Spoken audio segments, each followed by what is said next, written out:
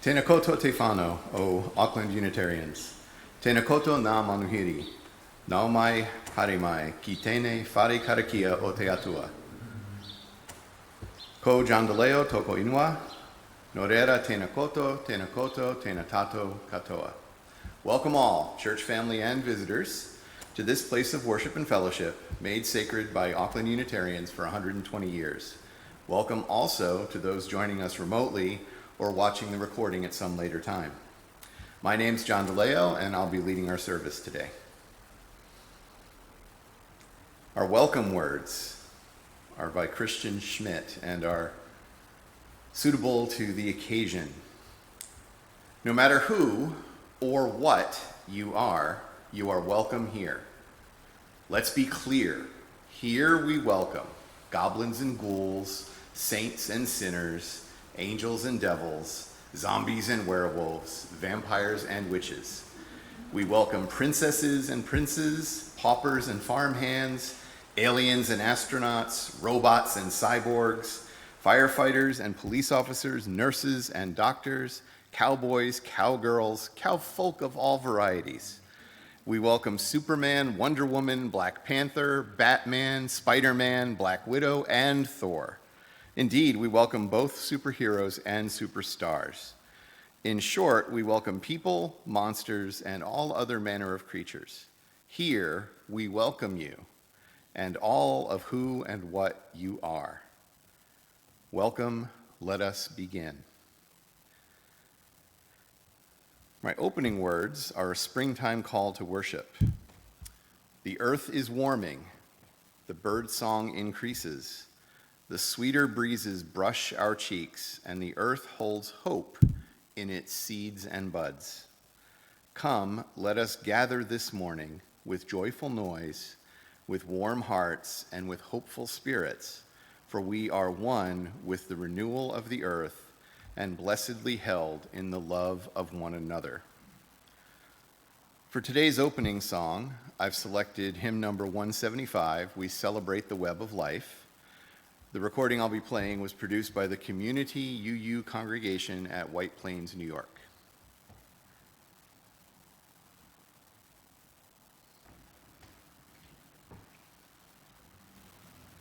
As we kindle this flame, we honor and remember those who have passed into the mystery.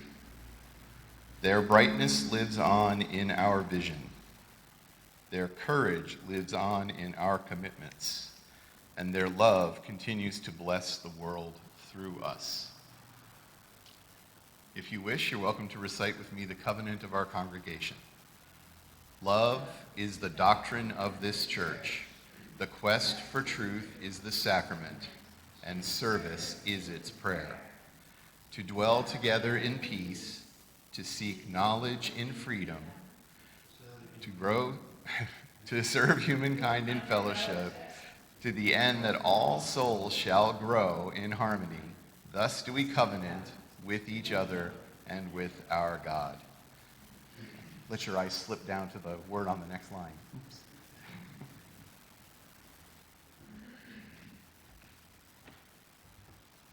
At this time, I'm going to play Spirit of Life.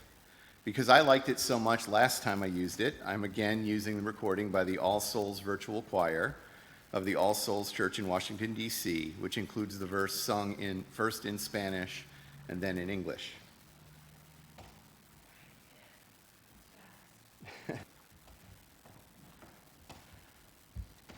For this morning's intermediate song, I've chosen something a little bit different.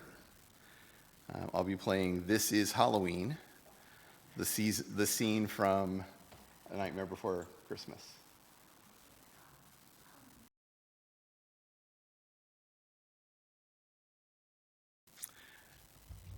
Oddly enough, I should say this.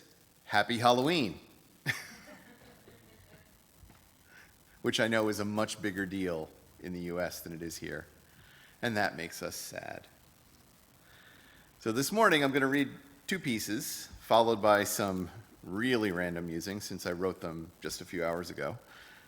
The first piece is a column by Elena Gray Blanc that appeared in the Santa Barbara Independent on the 2nd of November, 2008. Halloween, historically speaking. Many religious holidays, Christmas immediately comes to mind, have been co-opted by mainstream culture and transformed into secular celebrations of gift-giving and food. Not that it's a bad thing necessarily. Any opportunity to eat pie and hang with family has to be good. Okay, sure. But Halloween has a particularly interesting history, and it's come a long way from the Celtic harvest festival in which it has its roots. Halloween, like many other holidays, is actually now a conflation of a Catholic feast and at least two ancient pagan observances. Samhain, a Celtic celebration of the end of the Northern Hemisphere's summer and harvest season, is still celebrated by adherents of a variety of pagan religions. Contemporary Halloween observances owe much to Samhain's traditions: bonfires, costumes, pumpkins, and autumn leaves, both symbols of the harvest and the end of the summer. All originated in Samhain celebrations. While Samhain does incorporate an element of the supernatural, much of the spookier Halloween elements come from a Catholic observance, the Feast of All Saints, also known as All Hallows. The feast commemorates every holy martyr who died for the faith, while also providing an opportunity to remember the dead in general, now with All Souls Day on the 2nd of November. Halloween, or All Hallows Eve, is thus associated with the dead. Interestingly enough, All Saints was originally celebrated in the Northern Hemisphere spring. The early Catholic Church selected May 13th to coincide with the Feast of the Lemures, another pagan holiday. The Feast of the Lemures, or Lemuria, was an ancient Roman holiday on which the dead and their ghosts were remembered and appeased. All Saints' Day's association with Lemuria may also have added to the holiday's emphasis on ghosts and the supernatural. When All Saints was moved to November 1st in the 8th century to coincide with Samhain, some of the elements of the Feast of the Lemures was carried along with it. Halloween, therefore, owes much to two different pagan traditions, those of ancient Rome and those of the early Celts.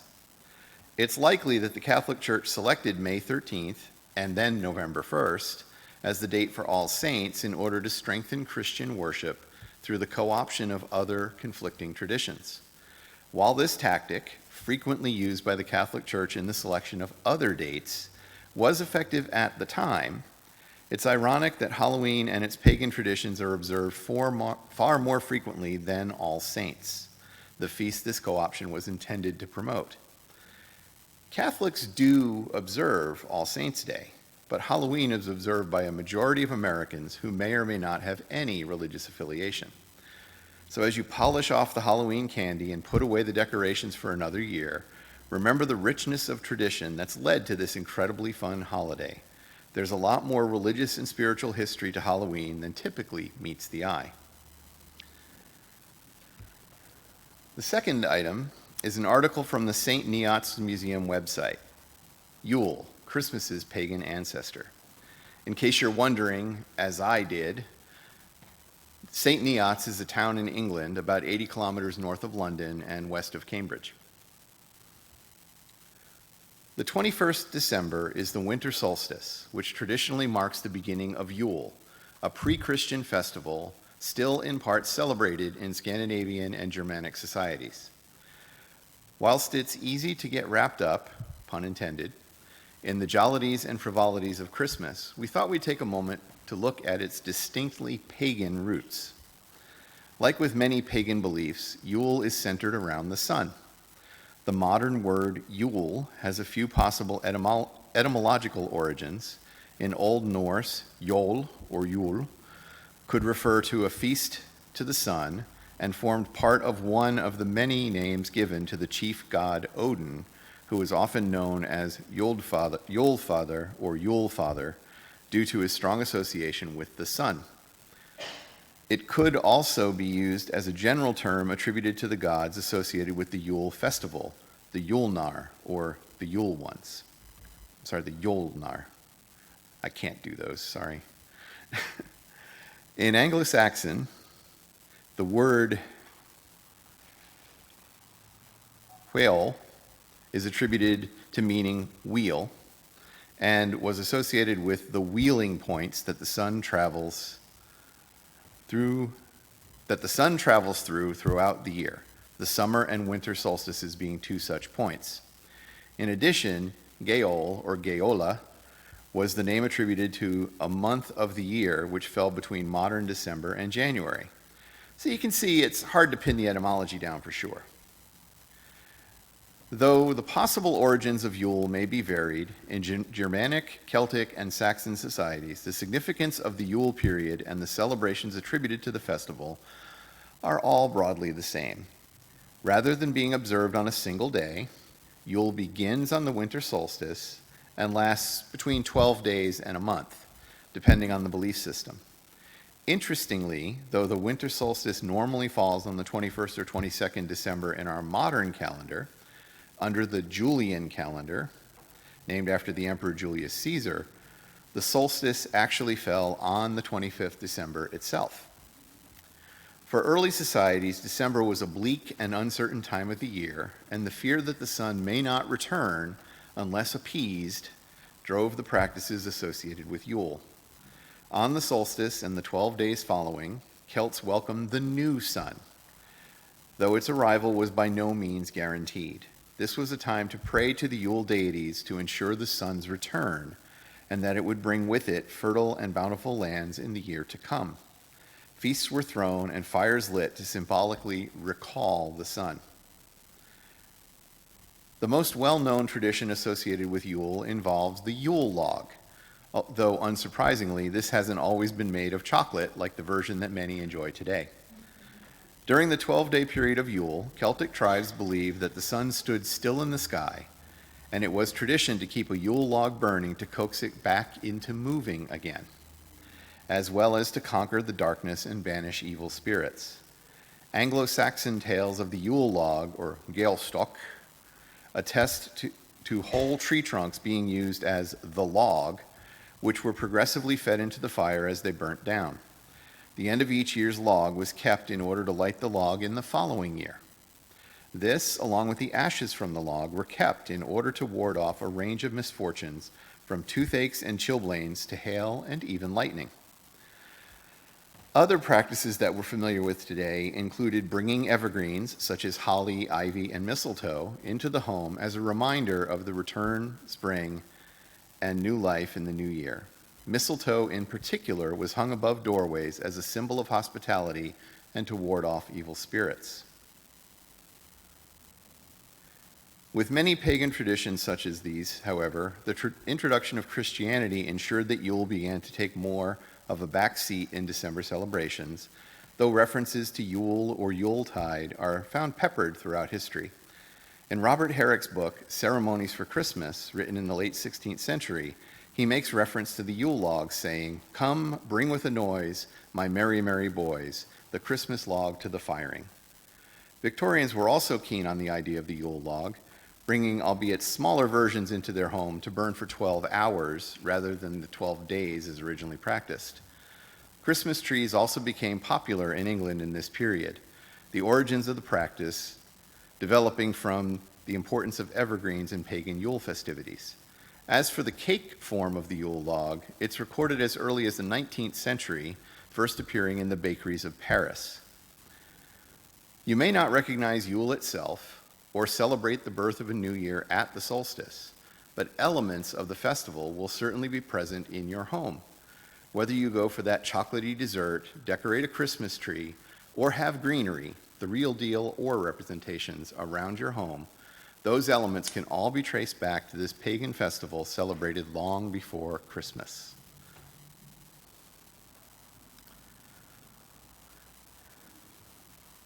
Now, I titled my musings, "Whose Holiday Is It Anyway?" When I signed up to lead today's service, I figured it would be easy to come up with things to say. I mean, after all, there's no shortage of writings and opinions around the church's appropriation and subjugation of non-Christian customs and occasions. I also figured it would be really easy to find information on what Unitarians think about Halloween and other appropriated holidays. As Garrison Keillor said, a lot of folks say that Unitarians have no beliefs. That is not true. Unitarians have very strong beliefs. It's just that what those beliefs are depends on what book they last read. The truth is that I have a lot of thoughts on the topic. Unfortunately, I found myself at a loss to assemble any coherent thoughts. But that won't stop me from saying some things. Now, growing up in a very white, very Christian community in semi-rural Connecticut, I received precisely the indoctrination you would expect. Church holidays have always been church holidays first. Any non-religious themes that have crept into those holidays are the result of those creepy secular types on Madison Avenue and their constant desire to turn wholesome and uplifting holiday observances into commercialized freak shows.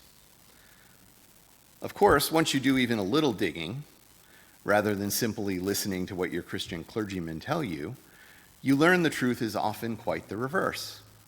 Rather than a lofty spiritual holy day having been ordained by God and springing forth fully formed, we learn the early Catholic Church intentionally created holy days to lie atop, and they hoped eventually smother, existing non-Christian and therefore pagan commemorations.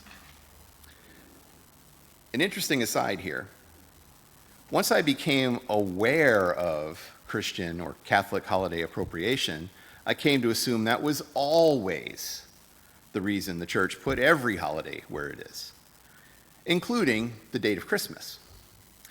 But it turns out Christian scholars placed the birth of Jesus around the December solstice long before many of the now co-opted traditions, such as Yule, even arose. So in talking about the piece about Yule and about how those traditions existed before the Christmas traditions co-opted them, yes, that's true, but the date of Christmas was set in Catholic doctrine really early, about the 1st century after the alleged death of Christ. The alleged date of death of this person who doesn't have any historical documentation. Practices and customs associated with those existing festivals and celebrations have become part of traditional observances by modern Christian families, with their meanings and origins whitewashed, diluted, or completely forgotten. As a skeptic, though, all of this leaves me with a big so what feeling. Do I really care from which religious or spiritual tradition a particular practice comes when I don't actually believe in any of that spirituality stuff? A key takeaway for me, though, is that there's ultimately no such thing as a pure observance of any holiday. Even for a holiday observed exclusively within an indigenous people in a relatively small part of the world, there are variations among local traditions. That's largely a feature of their having been handed down orally, without some definitive version ever committed to a written form. So for us as a congregation, I believe that also means there's no one right way to observe any given holiday, or even our weekly time together on Sunday mornings.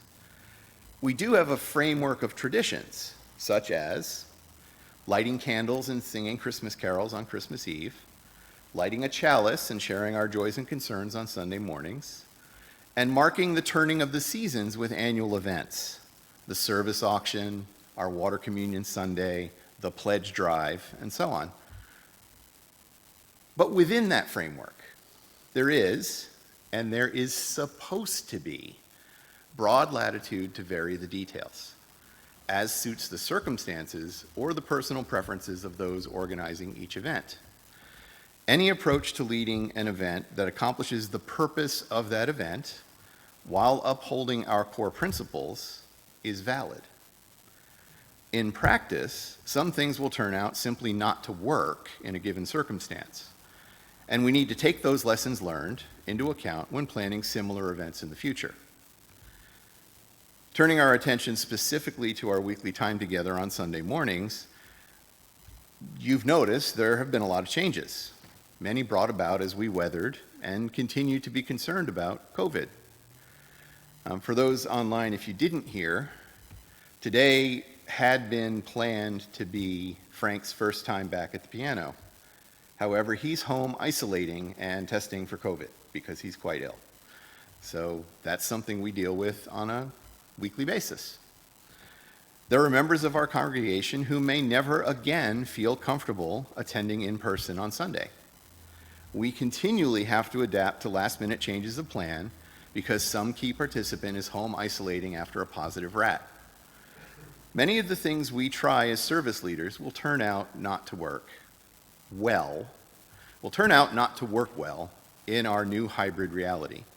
And attendees may at times be unhappy with how a particular element of a service was conducted by a leader.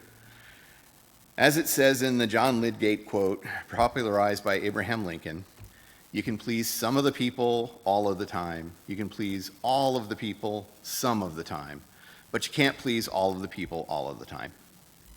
What we want to avoid, of course, is doing things that don't please anybody any of the time. For that, we need everyone's help. As we try different approaches to service elements, basically building our new going forward traditions, such as music and singing, let us know how they're working for you. Your feedback will be taken into account, but bear in mind that others may feel precisely the opposite of how you do for exactly the same reason. Or practical considerations may simply get in the way. All of this provides our service leaders with a fun and interesting challenge. It's my hope we can rise to it and we can continue to grow and strengthen as a community.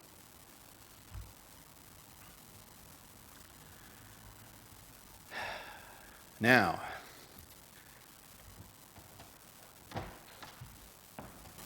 please join with me as we say the words for extinguishing the chalice. We extinguish this flame, but not the light of truth, the warmth of community, or the fire of commitment. These we carry in our hearts until we are together again.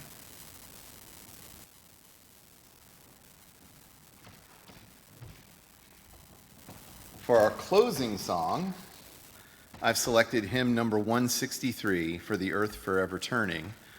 The recording I'll be playing was produced by Michael Tacey.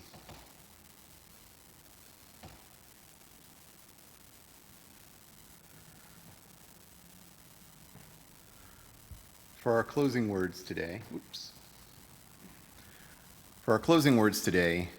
I've chosen Inspired by Our Ancestors by Leah Derlin Jones. For those who came before us, we offer gratitude and thanks. May their memories be a blessing. May we feel surrounded by their love. As we go forth from this time and place, let us be inspired by their courage, their wisdom, and their dreams. Let us honor them by doing the work of living boldly, loving mightily, and creating heaven on earth. Amen and blessed be. We're now going to spend a bit of time in breakout rooms. We'll divide the online participants into groups, and the in-person participants will form 1 or 2 groups here. After you've had about 15 minutes or so to discuss things, we'll close the breakout rooms, and then we'll hold the Zoom meeting open for a little bit after that so everyone can chat. Here are a couple of questions to get the discussion started. What holiday traditions are important to us? What Sunday service customs matter most to us or to me individually?